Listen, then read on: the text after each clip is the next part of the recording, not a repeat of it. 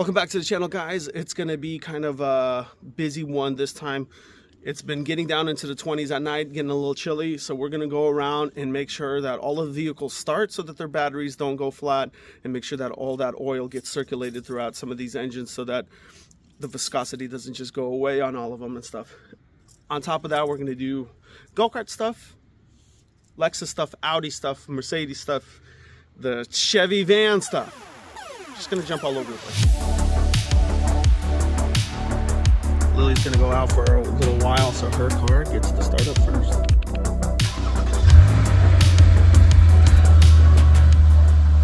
Her exhaust is bone stock, so obviously it's not that exciting, but this guy being equal length headers and straight piped, I think I got 2 MagnaFlows that are in the back, and that's about it.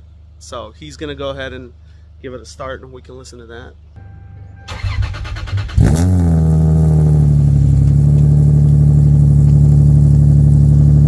This thing's pretty loud, but I hope you guys can hear me. I gotta dive in here, and I put a towel down there so it can wick up some of the water. When this thing sits under the trees, that sunroof drain gets clogged with all the pine needles. Make sure you guys go in and do that. Just about every single car that's gonna have like a sunroof on it is gonna have the tubes that come down for drainage. And if you put them under trees or just about anywhere where you guys got, you know, pine needles and stuff like that, it's gonna get in there and actually clog up when it's trying to run through. And then in this case, it actually is right underneath the amplifier and CD changer, and that actually ends up starting to make the speakers click.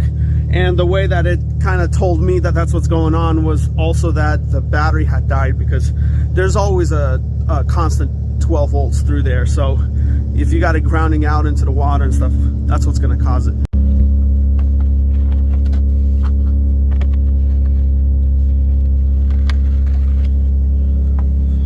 Look at that.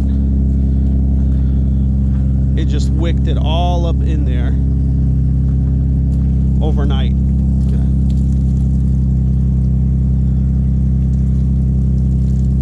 I'm gonna blow it out later with the air compressor, and until then we're just gonna leave this in there and let it just soak up as much more water as it can. Next we got these 2 beasts. We'll start out with the van and then hit the Mercedes, because that guy doesn't like to get up in the morning.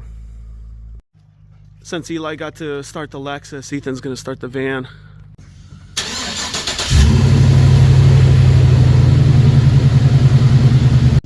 Even in stock form, that 6 liter sounds sick.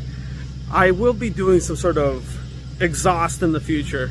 It's got that big box in the back. I'm probably gonna swap it out with like a better flowing MagnaFlow, I'm thinking. I think it's gonna make it sound a lot more rowdy than it does, but I'm also gonna keep the noise level down just because it's supposed to be a freaking highway cruiser.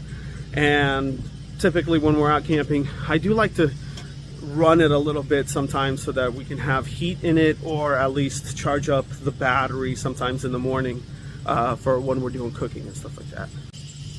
This guy I have to start myself because it starts rough in the morning. That cold start module is getting old, as everybody knows with these Bosch Tiptronic fuel systems.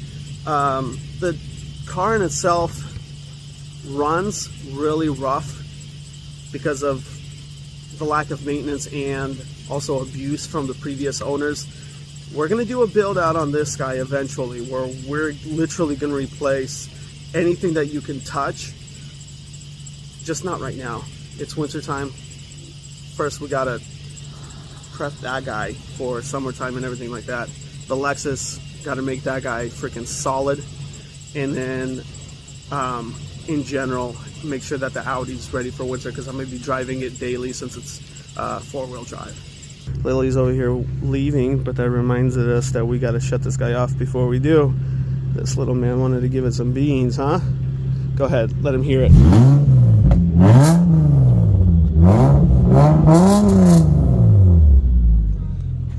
Sounds pretty good, huh?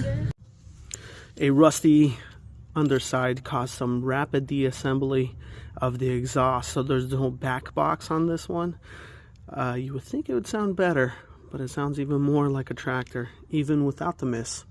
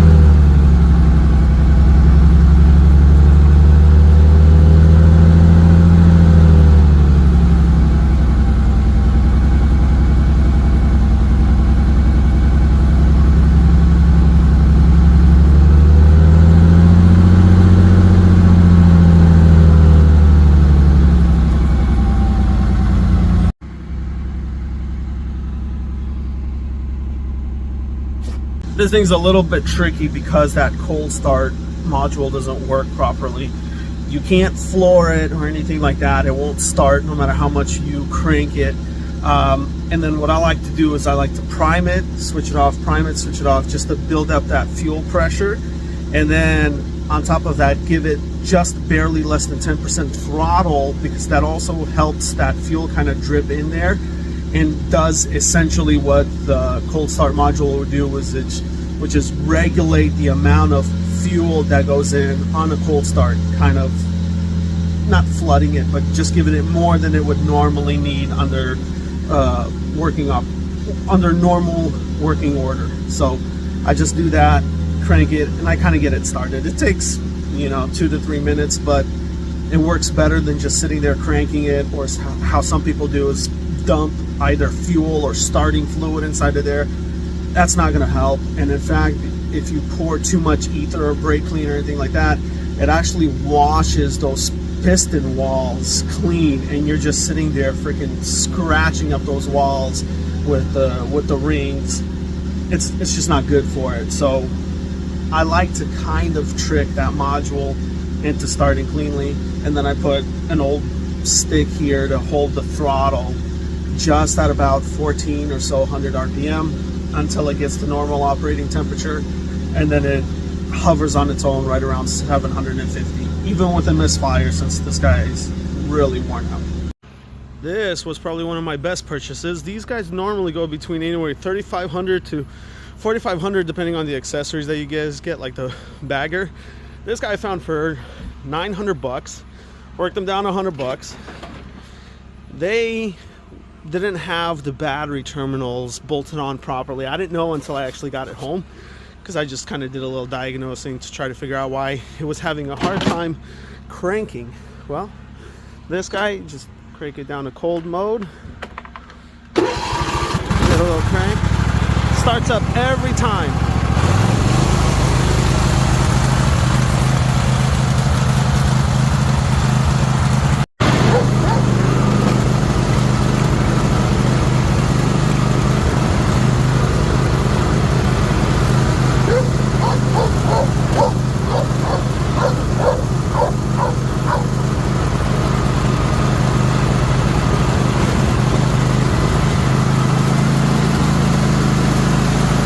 Even that guy needs to be cruised around a little bit, because the transmission and differential are all hydraulic, so you need that fluid to circulate. When it's really, really cold out, it actually won't even move. So you have to just gently give it some movement so that that fluid circulates, warms up, and then it goes full speed. Literally says it right on the deck that that's what happens. All right, this thing's had about just under 10 minutes or so to warm up. Pull our little idle stick out. There it is.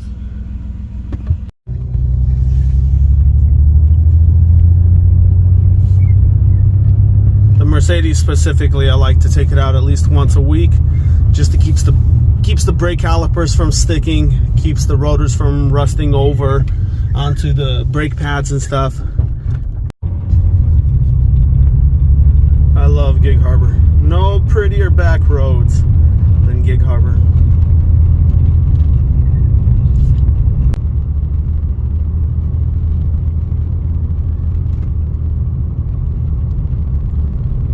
Something about a road like this and that Mercedes emblem up front that just hits the spot.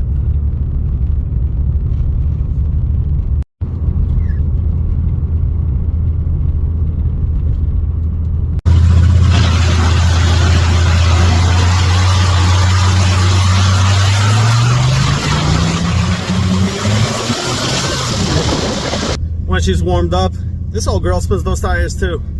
Makes it easy though, because they're like 195s.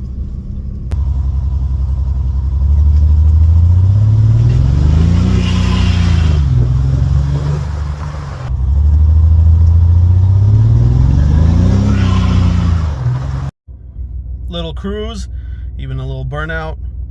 RPMs are still good. Obviously there's a clear misfire, but temperature's staying good. Oil pressure's still there, obviously.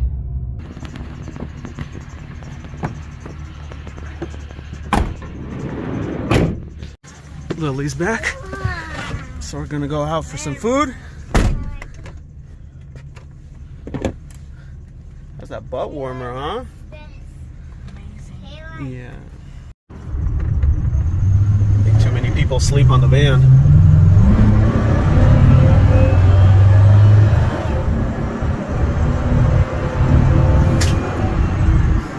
On the van, huh, boys?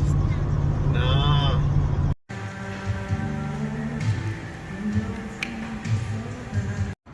Look at this sexy beast over here. Good burgers at Lunchbox? Yep. Yep. I got the battery tender here on the little guy for the go-kart. We did hook up front headlights and a couple marker lights.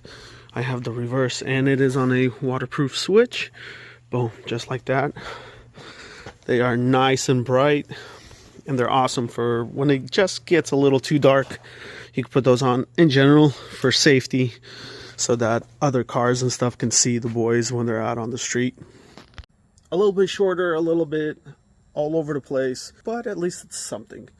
This is kind of what I try to do as a routine every weekend. It's a little bit difficult to be able to actually get a project going when it's chilly and work is kind of all over the place. Sometimes it's 3 days, sometimes it's 6 days, depending on the weather and stuff like that.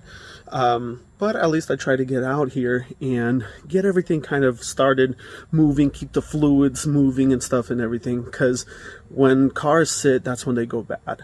Seals dry up and stuff. That's how you get leaks and everything. The rust starts to build up on parts because there's always some form of condensation in just about every sealed surface on the vehicle, whether it's the diff, the transmission, the engine, doesn't matter. That just sitting and letting that condensation build up, regardless of how old the vehicle is, that's what gets them going bad over time. So it's good to get them out on the road, keep those fluids moving, keep everything lubricated and rust free. And they'll, even though they're old, they'll still end up starting for you every single time that you need them to. Next time we'll hopefully have some more stuff going on. At least for now, you know, just kind of keep these cars moving for you as long as, especially if they're a project, so that it keeps that interest going. If they sit and they go bad, you lose interest, and you want to avoid that, or else you're just piling up trash. So that's why I like to get out, get everything kind of moving, and it keeps that fire alive, I guess, for the projects and keeps it going. Till next time, any comments, questions, or concerns, anything for the good of your order, go ahead and leave it down below, and we'll catch you guys in the next video.